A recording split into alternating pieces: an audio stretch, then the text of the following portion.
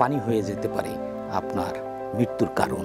শুধু পানি দ্বারাই আমরা আমাদের অনেক রোগ থেকে আমরা মুক্ত হতে পারি। যারা বেশি চা খান তাদের আপনাকে বেশি পানি পান করতে হবে।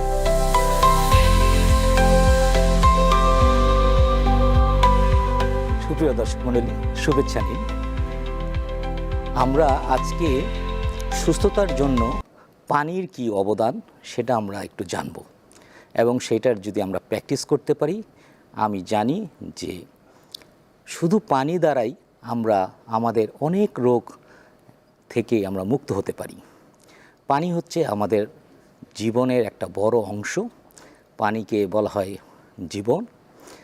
এই পানি আবার যদি আপনি ভুল পথে, আপনার ভুল রাস্তায় আপনি খান, আপনি পান করেন, সেই ক্ষেত্রে আপনার পানি হয়ে যেতে পারে আপনার মৃত্যুর কারণ।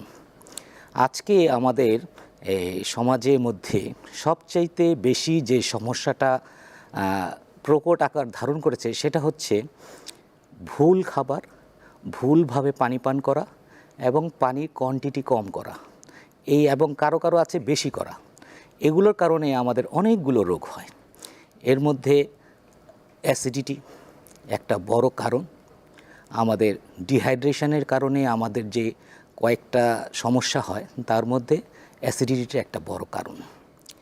তারপরে আছে পেটের সমস্যা, কনস্টিপেশন, এবং ইভেন আমাদের মাথা ধরা, চোখে ঝাপসা দেখা, এগুলো সবগুলোই হচ্ছে আমাদের পানি সংক্রান্ত ডিজিজের একটা প্রথম ধাপ। তো আমরা যদি বলি যে মানুষ পানি পান করার ক্ষেত্রে তো কোনো গাইডলাইন নাই, আসলে ব্যাপারটা কিন্তু আমাদের শরীরের ভিতরে পানি পান করার একটা গাইডলাইন আছে। এই গাইডলাইনটা এরকম যে আপনি আপনার শরীরের যে প্রয়োজনটা হচ্ছে আপনি কখন বুঝেন, তখন যখন তৃষ্ণা আপনি পান। আপনি তৃষ্ণা পেলে আপনি মনে করেন যে আপনার পানি খাওয়ার সময় হয়ে গেছে। আসলে ব্যাপারটা এরকম না। শরীরটা হচ্ছে যে আমাদের শরীরটা হচ্ছে পানিময়। আপনাকে আপনার শরীরে প্রায় 70% পানি আপনাকে থাকতে হবে। আপনি যদি 70% থেকে 68-66% যদি নেমে আসেন, তাহলে কিন্তু আপনার নানান ধরনের শারীরিক সমস্যা শুরু হতে থাকে। তো আপনি যখন পানিটাকে যদি আপনি ঠিক মতো পান করতে পারেন, তাহলে আপনার এই সমস্যাটা হবে না। পানি পান করার অ্যাকুরেট যে হিসেবটা হচ্ছে সেটা হচ্ছে যে আপনি যদি 5 ফিট 6 ইঞ্চির মতো আপনার থাকে, আপনি 50 থেকে 70-এর মধ্যে ওজন হয়, আপনি 2.5 লিটার পানি পান করবেন। 2.5 লিটার পানি এখন কিভাবে পান করবেন? আমরা হচ্ছে কি আপনার তৃষ্ণা লাগলে একসাথে ডক করে 2 গ্লাস পানি খেয়ে ফেলি, তারপর দেখা যায় যে 2-3 ঘন্টা আর পানি পান করি না। আমরা একটা জার্নিতে আসি, জার্নিতে আমরা পানি করি না। তো এইরকম কারণে হয় কি আমরা শরীরটা আমাদের ডিহাইড্রেট হয়ে যায়। ডিহাইড্রেট হয়ে যাওয়ার কারণে আমাদের শরীরের ভিতরে প্রথমেই যে ইয়েটা হয় সেটা হচ্ছে যে আমার লেথার্জিক, আমার শরীরের ভিতরে এক ধরনের অলসতা চলে আসে। আমি ঝিমাতে থাকি। আমার শরীরের ভিতরে ডিহাইড্রেশনের কারণে আমার প্রাণবন্ত জীবনটা একটা প্রাণহীন অবস্থা হয়ে যেতে থাকে। তো আপনি যখন এই পানি পান করার জন্য আপনি আবার পানি পান করলে, কিন্তু আমি বলি যে আপনি সুস্থতার জন্য আপনি পানি পান করাতে হবে একদম ধাপে ধাপে। সেটা কিভাবে? আপনি যদি দিনের শিডিউলটা যদি আপনি ঠিক করেন যে আপনি সারাদিনে আপনি 2.5 লিটার পানি পান করবেন, 2.5 লিটার পানিটা কিভাবে পান করবেন, সেটা হচ্ছে যে সকালে উঠে যদি আমরা স্টার্টার হিসেবে আমরা 3 গ্লাস 600 ml 3 গ্লাস পানি আমরা যদি পান করি, তাহলে আমাদের স্টার্টারটা আমাদের খুব ভালো হয়। প্রথমে 3 গ্লাস পানি আমরা পান করে নিই। পান করার পর আমাদের ওয়াশ করা, পেট ওয়াশ করা, যা কিছু যাবতীয় কাজগুলোতে এগুলো আমরা করে ফেলতে পারি। তারপরে আমরা সারাদিনে আমরা কখনোই আর 1 গ্লাস পানি একসাথে খাবো না। একসাথে পানি না খেয়ে আমরা কি করব? ধাপে ধাপে পানি খাবো। আমরা হচ্ছে 1 গ্লাস পানিকে আমরা 4 ভাগে ভাগ করে খাবো। একটু একটু করে যদি আমি পানি খাই, পানি পান করি, তাহলে আমাদের শরীরের ভিতরে পানিময় থাকবে। একটা জিনিস খেয়াল রাখতে হবে, যদি আপনি যখন 1 গ্লাস পানি আপনি ডক করে পান করলেন, আপনার 30 থেকে 35 মিনিট পরই পেশাব চাপবে। এটা হচ্ছে ন্যাচারাল সিস্টেম। কিন্তু এই পানিটাই যদি আপনি 4 ভাগে 5 ভাগে একটু একটু করে পান করেন, আপনার নিশ্চিত আপনার 1.5-2 ঘন্টায় পানি তৃষ্ণা লাগবে না।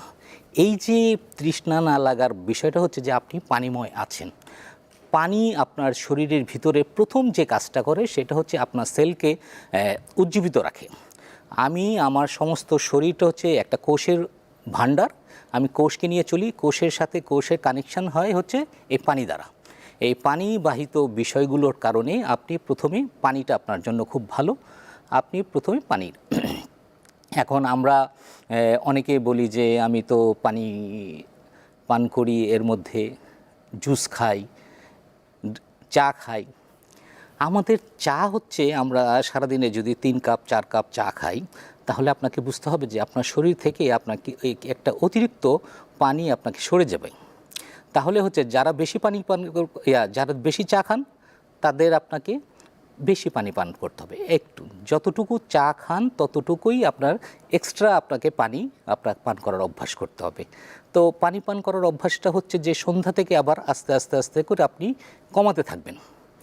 সেটা হচ্ছে যে রাতের দিকে আপনি একটু কম পানি পান করবেন। দিনের বেলায় আপনার যেহেতু আপনি সারাদিন কর্মময় থাকেন, আপনার কর্মজীবনের জন্য আপনার ওই সময় পানির খুব দরকার। আর রাতে আপনি যেহেতু এখন শুয়ে পড়বেন, আপনাকে পানি দরকার পড়বে না। আর আমাদের একটা অভ্যাস আছে কি, আমরা সারাদিনে পানি পান করি না, রাতে আমরা বসি বড় বোতলটা নিয়ে বসে ঢক ঢক করে 1 লিটার 1.5 লিটার পানি খেয়ে ফেলি। তারপরে মাঝরাতে 2বার 3বার আমরা উঠতে পারি। যাদের প্রোস্টেট গ্ল্যান্ড নিয়ে সমস্যা, যাদের ইউরিন নিয়ে সমস্যা, তাদের কিন্তু রাতের পানিটা কম খেতে হবে। আপনি এখন পৃথিবীতে বহুল প্রচলিত একটা চিকিৎসা হচ্ছে হাইড্রোথেরাপি। হাইড্রোথেরাপিটা হলো এমন একটা থেরাপি শুধু আপনার পানি দিয়েই আপনি চিকিৎসা করতে পারবেন আপনার শরীরের ভিতরে। আপনি প্রথমে যে পানিগুলো পান করবেন সেই পানিটা আপনার জীবনে জন্য বহমান একটা শরীরের ভিতরে শক্তি যোগান দিয়ে যাবে। এখন পানি পান করার ক্ষেত্রে আমরা তো আবার ঠান্ডা পানি খাওয়ার একটা অভ্যাস আছে। ফ্রিজে ঠান্ডা পানি না খেলে আমাদের আত্মার শান্তি হয় না। এটা হচ্ছে রং। আপনাকে কখনোই ঠান্ডা পানি খাওয়া যাবে না।